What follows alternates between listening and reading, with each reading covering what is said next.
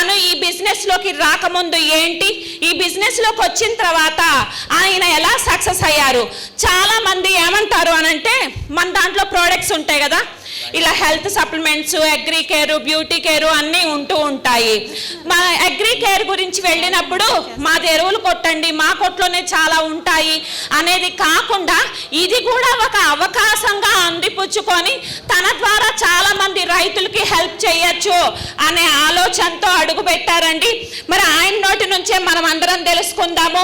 ఈరోజు Vestige platform ద్వారా sir success స్టోరీని సార్ నోటి ద్వారానే విందాము. మరి మీరందరూ సిద్ధంగా ఉన్నారు అంటే సార్ని నేను ఇన్వైట్ చేస్తాను. హెల్ప్ చేయొచ్చు అన్న ఆలోచనతో వెస్టీజ్ ఆపర్చునిటీని అందిపుచ్చుకున్నారు. అతి తక్కువ టైంలో యూసీడీ ప్రమోషన్ అచీవ్ చేశారు. Heartly welcome to the dias Rayudu garu. Claps.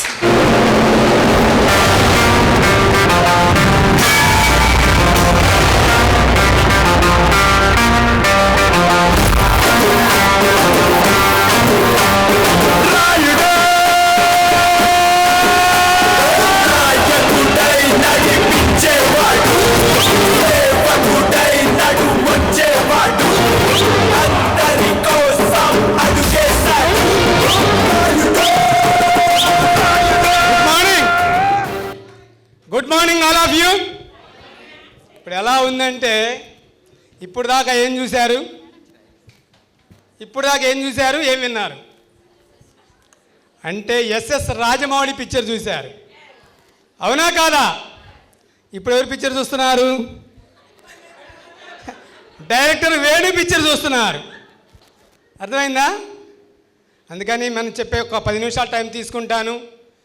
నా యొక్క జర్నీని ఒక 10 నిమిషాల్లో ముగిస్తాను. నేను మైసెల్ఫ్ రాయుడు ఎంకేఎస్, నాది ప్రకాశం జిల్లా మార్టూరు మండలం ఇసుకుదర్శి గ్రామం. బేసిక్గా మాది ఒక వ్యవసాయ కుటుంబం. ఫస్ట్ నుంచి కూడా ఒక ఆర్డినరీ కుటుంబం నుంచి వచ్చిన వాళ్ళము. నేను 10th క్లాస్ అయిపోయిన తర్వాత ఐటీఐ చదువుకోవడం జరిగింది. ఈ ఐటీఐ తర్వాత పై చదువులకు వెళ్ళే అవకాశం లేక, అంత స్తోమత లేక మేము ఎప్పుడెప్పుడా రూపాయి సంపాదిస్తాము అనే ఆలోచనతో ఒక టెక్స్టైల్ షాపులో జాయిన్ అవ్వడం జరిగింది. అక్కడ నా ఇన్కమ్ రోజుకొచ్చి 25 రూపాయలు, అంటే నెలకొచ్చి 750 రూపాయలు. జాయిన్ అయిన తర్వాత ఒక 3 నెలలకే చేతికి దెబ్బ తగలటం జరిగింది. ఆటోమేటిక్గా అక్కడి నుంచి 3 నెలల పాటు ఇంట్లో ఉండటం జరిగింది. ఈ 3 నెలల కాలంలో నసరాపేట రావడం, అక్కడ ఒక ల్యాబ్ టెక్నీషియన్గా ట్రైనింగ్ తీసుకుంటాం. 1996 సెప్టెంబర్ 22వ తారీఖు మార్టూరు రావడం జరిగింది. అక్కడ చిన్న ల్యాబ్ పెట్టుకుంటూ నా యొక్క జర్నీని స్టార్ట్ చేశాను. అక్కడ ల్యాబ్ ఇన్కమ్ చాలా తక్కువగా రావటం వల్ల అడిషనల్గా ఏదో ఒక జాబ్ చేద్దాం, ఏదో ఒక చేయాలనే ఉద్దేశంతో ఉంటే, ఆ టైంలో నేను ల్యాబ్ పెట్టిన పక్కన ఒక స్టాంపు రైటర్ ఉండేవారు, జనరల్పల్లి జయరావు గారని ఒక డాక్యుమెంట్ రైటర్ ఉండేవారు. అక్కడ ఏమైందంటే డాక్యుమెంట్ రాసిన తర్వాత ఆ డాక్యుమెంట్కి, అందుకని సార్ని అడగడం జరిగింది. నేను కూడా ఈ డాక్యుమెంట్ టైప్ నేర్చుకుంటే నాకు డాక్యుమెంట్స్ ఇస్తారని అడగడం జరిగింది. అప్పుడు సార్ ఏం చేశారంటే, సరే నేర్చుకో, నీకు కాగితాలు ఇస్తాము కొట్టుకుందు అని చెప్పేశారు. ఆ టైంలో నేను తెలుగు టైప్ నాకేమీ రాదు. అప్పుడు 1 నెల రోజుల్లోనే తెలుగు టైప్ నేర్చుకోవడం జరిగింది. 1 నెల రోజుల్లో నేర్చుకొని ఒక టైప్ మిషన్ తెచ్చి అక్కడ రోజుకి అక్కడ 4 డాక్యుమెంట్ రైటర్స్ ఉండేవాళ్ళు, 4 ఆఫీసులు. ఈ 4 ఆఫీసుల్లో కూడా ఉదయం 10 గంటల నుంచి సాయంత్రం 6 గంటల వరకు ప్రతి ఒక్క ఆఫీసులో వాళ్ళు ఏ పని చేస్తే ఆ పని చేసుకుంటూ వాళ్ళు ఇచ్చే కాగితం కోసం ఎదురు చూస్తూ ఉండేవాడిని. ఎందుకంటే ఒక కాగితం కొడితే 20 రూపాయలు వచ్చాయి. అలా కనీసం 4 ఆఫీసులు 4 కాగితాలు ఇస్తారని ఉదయం నుంచి సాయంత్రం దాకా ఎదురు చూస్తూ వాళ్ళు ఇచ్చే కాగితాలను డాక్యుమెంట్ టైప్ చేసి ఇస్తే మళ్ళీ రోజుకి వచ్చి ఒక 100 రూపాయలు వచ్చాయి. ఆ 100 రూపాయలని మరుసటి రోజు ఫస్ట్ బ్యాంకులో వేసేది మనమే. ఫస్ట్ ఈరోజు 100 రూపాయలు వస్తే నెక్స్ట్ 10 గంటలకు బ్యాంకు తీయడం ఫస్ట్ ఓచర్ రాసేది నేనే. ఎందుకంటే ఈ డబ్బులు నా దగ్గర నుండి ఖర్చు అవుతాయని 100 రూపాయలు మళ్ళీ బ్యాంకులో వేసేవాడిని. అలా 30 రోజులు పనిచేసి 30 రోజులకు వచ్చిన అమౌంట్ని 5వ తారీఖు మా అన్నయ్య శాలరీ తెచ్చేవాడు. మన రైస్ మిల్ అకౌంటెంట్గా పనిచేస్తూ ఆయన శాలరీతో పాటు నా యొక్క అమౌంట్ని డ్రా చేసి మా అన్నయ్యకి ఇచ్చేవాడిని. ఆ రెండు అన్నయ్యకి ఇచ్చేవాడిని. మళ్ళీ షరామాములు ప్రతిరోజు ఉదయాన్నే పోవటం, డాక్యుమెంట్స్ వచ్చిన డబ్బులు మళ్ళీ మరుసటి రోజు చేయటం. అట్లా జరుగుతున్న టైంలో 1999లో మన యొక్క చంద్రబాబు నాయుడు గారి హయాంలో డాక్యుమెంట్స్ కొట్టడం ఆగిపోయింది, కంప్యూటర్ పెట్టారు. మన కంప్యూటర్ నాలెడ్జీ లేదు, ఇక ఏం చేయాలనే ఉద్దేశంతో ఉన్నప్పుడు ఆ టైంలో మా అన్నయ్య ఒకటే నిర్ణయం తీసుకున్నాడు. ఈ యొక్క ఇంత నెలవారీ 4000 5000 అప్పట్లోనే సంపాదించిన వాళ్ళు ఒకళ్ళ కింద వర్క్ చేయటం ఇష్టం లేదు మా అన్నయ్యకి. అందువల్ల ఎరువులు కొట్టి పెడదామనే ఆలోచన కలిగినప్పుడు అప్పటి వరకు మా అన్నయ్య నేను కలిసి సంపాదించినటువంటి డబ్బు కేవలం 80,000 రూపాయలు. 96 నుంచి 99 వరకు కేవలం 80,000 రూపాయలతోటి ఫర్టిలైజర్ షాప్ పెట్టడం జరిగింది. అక్కడి నుంచి 2023 డిసెంబర్ నాటికి మే నాటికి నా యొక్క టర్నోవరు 80,000తో స్టార్ట్ చేసిన టర్నోవరు 3 కోట్ల టర్నోవర్ జరిగింది నా షాపు. తర్వాత ఆ యొక్క బిజినెస్ సాటిస్ఫాక్షన్ ఇవ్వటం లేదు. ఎందుకంటే మా ఫర్టిలైజర్ బిజినెస్ కేవలం 4 నెలలు మాత్రమే జరుగుద్ది. ఆ తర్వాత మాకు పనే ఉండదు, ఖాళీ. అందువల్ల ఏదో చేయాలి 365 రోజులు ఉండే వర్క్ నాకు కావాలని ఎప్పుడు ఆలోచిస్తూ ఉండేవాడిని. అలాంటి టైంలో వన్స్ ఒక వైజాగ్ వెళ్ళడం జరిగింది. ఆ రోజు మా అప్లైనర్ అమినేని సాంబశివరావు గారు అక్కడ పరిచయం కావడం, తద్వారా నాకు ఈ యొక్క బిజినెస్లోనికి ఆపర్చునిటీ రావడం, తరువాత మా యొక్క గ్రేట్ అప్లైనర్ అశోక్ కుమార్ గారి ద్వారా, జయశ్రీ మేడం గారి ద్వారా, అదేవిధంగా మా మెంటర్ కృష్ణా సార్ ద్వారా ఈ యొక్క బిజినెస్లోనికి ఎంటర్ అవ్వడం జరిగింది. కానీ ఇక్కడ నేను చూసింది ఏంటంటే ఇప్పటి వరకు నాకు నెట్వర్క్ బిజినెస్ అనే విషయం మాకు అసలు తెలియదు.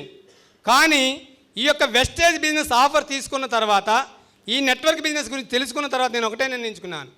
ఇప్పటి వరకు నేను ఏ పని చేసినా వన్ మ్యాన్ ఆర్మీ, సింగిల్గా వర్క్ చేసేవాడిని, సింగిల్గానే సాధించేవాడిని. ఎందుకంటే ఏ విషయం ఏ యొక్క పని మొదలుపెట్టినా కూడా 100% దాన్ని హై రేంజ్కి తీసుకెళ్తే కష్టపడేవాడిని. అలాంటి తత్వం నా ఒక్కరితో చేసేవాడిని. కానీ ఈ యొక్క నెట్వర్క్ బిజినెస్ స్టార్ట్ అయిన తర్వాత దీంట్లో ముందు నేను తెలుసుకుంది ఏంటంటే, నాతో పాటు నేను చేసే పని ఒక్కడిది కాదు, 100 మంది ద్వారా మనందరి టీం ద్వారా చేసే వర్క్ అని తెలుసుకోవడం జరిగింది. తద్వారా ఏం చేసామంటే ప్రతిరోజు మన యొక్క వెస్టేజ్ ప్రొడక్ట్లు ఫస్ట్ నాకేంటంటే ఎరువులు కొట్టు కాబట్టి మనకి మెయిన్ అగ్రికల్చర్ ప్రోడక్ట్ గురించి తెలుసుకోవడం జరిగింది. ఈ అగ్రికల్చర్ ప్రోడక్ట్లు మనకి ఇప్పుడు జనరల్గా మనం కెమికల్ బేస్తో వర్క్ చేస్తున్నాము. ఇక్కడ మనకు ఆర్గానిక్ ప్రోడక్ట్స్ వల్ల మంచి ఉపయోగాలు ఉన్నాయి. అదేవిధంగా ఆర్గానిక్ ప్రోడక్ట్స్ వల్ల 10 మంది రైతులకు మనం ఉపయోగపడగలుగుతాము.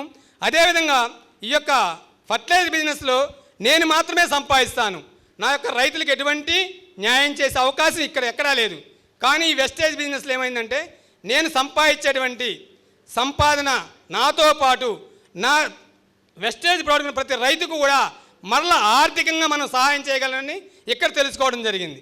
అందువల్ల ఏంటంటే మన యొక్క ప్రతి ఒక్క అగ్రికల్చర్ ప్రోడక్ట్ వాళ్ళకి ఇవ్వటం, వాళ్ళు దాని ద్వారా సరైనటువంటి పంటలు పండించుకుంటూ తద్వారా వాళ్ళకి మంచి దిగుబడి రావడం జరుగుతుంది.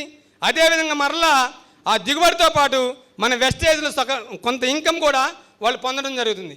అందువల్ల ఈ యొక్క రంగాన్ని ఎంచుకోవడం జరిగింది. కేవలం నేను వెస్టేజ్ స్టార్ట్ చేసినటువంటి కేవలం 6 నెలల్లోనే ఈ యొక్క వెస్టేజ్లో ఒక యూనివర్సల్ క్రౌన్ డైరెక్టర్గా నేను అచీవ్ అవ్వడం జరిగింది. తద్వారా నేను ఒక కారు తీసుకోవడం జరిగింది. కారు వాస్తవంగా యాక్చువల్గా నాకు కారు ఉన్నాయి, కానీ కారు అది కాదు, మనం కష్టపడి వెస్టేజ్లో కారు ఫండ్ ద్వారా తీసుకున్న కారు తోటి మనం టీం వర్క్ చేస్తే ఆ సంతృప్తే వేరుగా ఉంటుంది. అందువల్ల కారు తీసుకోవడం జరిగింది. అదేవిధంగా ట్రావెల్ ఫండ్ ద్వారా ట్రావెల్ ఫండ్ తీసుకుంటున్నాను. అదేవిధంగా హౌస్ ఫండ్ తీసుకున్నాను. అంటే మన వెస్టేజ్లో ఉన్నటువంటి 9 రకాల ఆదాయాల్ని కేవలం 6 నెలల్లోనే అచీవ్ చేయడం జరిగింది. ఈరోజు మరలా రెండోది నేను మరలా అదేవిధంగా నాకు ఉన్నటువంటి డౌన్లైన్స్ నేను ఎంత సక్సెస్ పొందడానికి నాకు ఉన్నటువంటి మంచి టీమ్స్ రావడం జరుగుతుంది. అదేవిధంగా మాకు ఐవీరావు గారి టీము, అదేవిధంగా విజేంద్రబాబు గారు, ఆదిల్ గారు, ఇలా మంచి మంచి టీమ్స్ ద్వారా మంచి టీమ్ సపోర్ట్ ద్వారా నేను ఈరోజు సక్సెస్ సాధించడం జరుగుతుంది. ఇక్కడ నేను ఒక 6 మంత్స్లో మంచి గోల్ అచీవ్ చేయాలని నిర్ణయించుకొని వర్క్ చేయడం జరుగుతుంది. ఇక్కడ రెండు క్వశ్చన్ ఒకటి చెప్తాను. ఇక్కడ లక్ష్యంతో పనిచేయాలి. మనం ఎవరైనా సరే ఒక లక్ష్యాన్ని ఎంచుకొని పనిచేయడం జరుగుతుంది. ఇది ఎలా అంటే ఇప్పుడు ఒక చిన్న స్టోరీ చెప్తాను. ఓకేనా? ఒక పాపని ఒక తండ్రి గుడికి తీసుకెళ్ళారు. గుడికి తీసుకెళ్ళి అక్కడ పాపతో పాటు తండ్రి గుడిలోకి వెళ్ళేసి అమ్మవారిని దర్శించుకొని బయటికి వచ్చిన తర్వాత పాప ఒక క్వశ్చన్ అడుగుతుంది, నాన్న నన్ను ఎప్పుడూ గుడికి తీసుకురావద్దు అని. అదేనమ్మా, ఏం ఇబ్బంది కలిగింది నీకు, ఎందుకు నువ్వు గుడికి రానంటున్నావు, విషయం చెప్పమ్మా అని అడిగాడు. లేదు నాన్న, నేను గుడికి వస్తే చుట్టూ చూడండి, సెల్ ఫోన్ చూసుకుంటున్నారు, మాట్లాడుకుంటున్నారు, వేరే వేరే కల్చరల్ యాక్టివిటీ చేస్తున్నారు, ఎవరు కూడా ఇక్కడ భక్తి భావాలతో ఉండలేదు, గుడికి వచ్చినా కూడా ఇలానే ఉంటున్నారు అంది. సరేనమ్మా, నేను ఒక పని చెప్తాను, మీరు ఈ పని చేసిన తర్వాత నువ్వు మరలా లైఫ్లో గుడికి రానంటే నేను వదిలేస్తాను అని చెప్తాడు. చెప్పినప్పుడు సరేనానని చెప్తుంది. అప్పుడు ఆ పాపకి ఏం చేస్తాడంటే ఒక గాజు పాత్రలో నిండుగా నీళ్లు పెట్టి, అమ్మ ఈ పాత్రలో ఉన్న నీళ్లు కింద తొనక్కుండా గుడి ప్రదక్షిణ చేసి అమ్మవారి దర్శనం చేసుకొని బయటికి రమ్మని చెప్తాడు. అప్పుడు ఆ పాప ఏం చేస్తుందంటే ఆ యొక్క గాజు పాత్రలో వాటర్ని మొత్తం తీసుకొని నిండుగా తీసుకొని గుడి మొత్తం కూడా ఒక్క చుక్క కింద పడకుండా నీట్గా ప్రదక్షిణ చేసి అమ్మవారి దర్శనం చేసుకుని బయటకు వచ్చిన తర్వాత తండ్రి అడుగుతాడు, అమ్మ ఎలా జరిగిందండి? చాలా బాగా జరిగింది నాన్న, ఒక్క చుక్క కూడా పడలేదు, నేను ఒక్క చుక్క కూడా తొనక్కుండా తీసుకొచ్చాను, అమ్మవారి దర్శనం బాగుందన్నాడు. సరే, నువ్వు ఈ పాత్రలో నీళ్లు కింద పడకుండా ప్రదక్షిణ చేసినప్పుడు నీకు ఎవరన్నా కనపడ్డారా అని అడిగింది. లేదు నాన్న, ఎవ్వరు కనపడలేదని. అదేనమ్మా, నీ యొక్క లక్ష్యం ఆ పాత్రలో ఉన్నటువంటి నీళ్లు కింద పడకుండా మాత్రమే ఉంది కాబట్టి నీకు ఇక్కడ ఎవ్వరూ కనపడలా. అంటే మన యొక్క లక్ష్యం వెస్టేజ్లో సాధించాలని ఎవరైతే డిసైడ్ అవుతారో ప్రతి ఒక్కరు కూడా దీంట్లో సక్సెస్ అవడానికి 100% ఉంది. అవునా కాదా? రెండోది రెండు క్వశ్చన్స్, ఇది కామెడీగా ఉండొచ్చు, ఒక 5 నిమిషాల్లో ముగిస్తాను. ఇక్కడ ఫస్ట్ టైం పెళ్లి చూపులకి వెళ్ళి పెళ్ళైన వాళ్ళు చేతులు ఎత్తండి. ఫస్ట్ టైం పెళ్లి చూపులు చూసి పెళ్ళైన వాళ్ళు చేతులు ఎత్త, మగవాళ్ళు. ఇక్కడ అమ్మాయిని చూశారు, ఒక వ్యక్తి అమ్మాయిని చూశాడు, మ్యారేజ్ ఫిక్స్ అయింది, ఎంగేజ్మెంట్ ఫిక్స్ అయింది, నెల రోజులు టైం ఉంటుందా లేదా? ఉన్నప్పుడు ఏం చేస్తారు మన వాళ్ళు?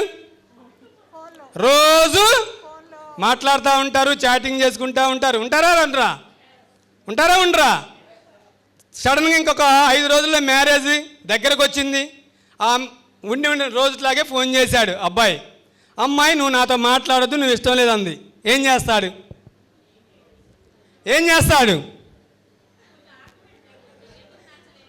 అవన్నీ తీసేది, నువ్వు నచ్చలేదు అంతే. అప్పుడు అబ్బాయి ఏం చేస్తాడు? నచ్చలేదని ఆగిపోతాడా? మరలా నెక్స్ట్ పెళ్లి చూపులకి వెళ్తాడా లేదా? కంటిన్యూ వెళ్తాడా లేదా? అంటే మనం ఎవరైనా సరే ఒకళ్ళు వద్దన్నా ఆగుతామా పెళ్ళికి? అంటే ఇక్కడ మనం ఎవరైనా సరే వద్దన్నా కూడా మనం ఆగకూడదు. నెక్స్ట్ ఇంకొకరు ఉన్నారు వెళ్ళాలా వద్దా? అదే వెస్టేజ్లో చేయండి, సక్సెస్ సాధిస్తారు. రెండోది, అమ్మాయి బాగా లేదు, వచ్చారు పెళ్లి చూపులకి, వచ్చిన వాళ్ళు చూస్తున్నారు, అమ్మాయి బాగలేదు వెళ్ళిపోతున్నారు. అప్పుడు అమ్మాయి ఏమనుకుంటుంది? పక్కోళ్ళు ఏం చెప్తారు? ఆమె ఏమనుకుంటుంది? వీడు కాకపోతే ఇంకొకడు వస్తాడు, యాడికి పోతాడు, రాడా? అంటే మనం వెస్టేజ్లో సక్సెస్ అవడానికి మనకి ఎంతమంది కావాలి? 6 కావాలి కదా. అంటే మనకి వీడి కాకపోతే ఇంకొకటి వస్తా, వాడే వస్తాడని మన కోసం పుట్టిన వాళ్ళు 6 ఉంటారా లేదా? ఆ 6 మన కోసం వెస్టేజ్లో పుట్టే ఉన్నారు. ఆ 6 దొరికేంత వరకు మనం పోరాడుతూనే ఉండాలి, మనం సక్సెస్ సాధిస్తూనే ఉండాలి. ఈ యొక్క thank you very much, wish you all. ఏ పని పాట లేనోళ్ళు, ఖాళీగా ఉన్నోళ్ళు మాత్రమే చేస్తారని బయట ఒక అపోహ ఉంది. కానీ ఇప్పుడు గవర్నమెంట్ జాబ్స్ చేస్తూ పార్ట్ టైంగా చేసేవాళ్ళు మన నెట్వర్క్లో ఎంతమంది ఉన్నారు? ఎంతోమంది ఉన్నారు. మరి ఇక్కడ ఒక సక్సెస్ఫుల్ బిజినెస్లో ఒక మెన్యూర్ డిపో ఉండి కూడా ఒక 10 కోట్ల ఆస్తిపరుడు వెస్టేజ్ చేస్తున్నప్పుడు మనం ఎందుకు చెయ్యకూడదు? ఎవరికి వాళ్ళు క్వశ్చన్ చేసుకుందాం. ఎంత ఎదిగినా ఒదిగి ఉండే గొప్ప లక్ష్యం ఉన్న రాయుడు అన్నయ్య, నిజంగా ఆయన హార్డ్ వర్క్, డెడికేషన్ ఇవన్నీ మేము చూసామండి. మరి అన్నయ్య కలగన్నట్టే గ్రేట్ సక్సెస్ తీసుకోవాలని మనస్ఫూర్తిగా కోరుకుంటున్నాను. ఆల్ ద బెస్ట్ అన్నయ్య. మరి ఇప్పుడు ఒక యూసిడి వాయిస్ విన్నాం కదా, నిజంగా మార్నింగ్ నుంచి ప్రజెంటేషన్స్ చూస్తుంటే మనకేమనిపిస్తుంది, ఒక్కదాన్ని మించి అంతకు మించి అంతకు మించి అంతకు మించి ఇవన్నీ అంతకు మించి రావటానికి వాళ్ళు కూడా మీలో ఒకళ్ళే, మీలాగా విన్న వాళ్ళే. కానీ వాళ్ళు చేసిన పని, వాళ్ళు నేర్చుకున్న విద్య, వాళ్ళు పెట్టిన శ్రద్ధ, వాళ్ళకున్న వెనకున్న నొప్పి, అప్పు, ఇవన్నీ కలిపి వాళ్ళు సక్సెస్ అవడానికి కారణమైంది కదా.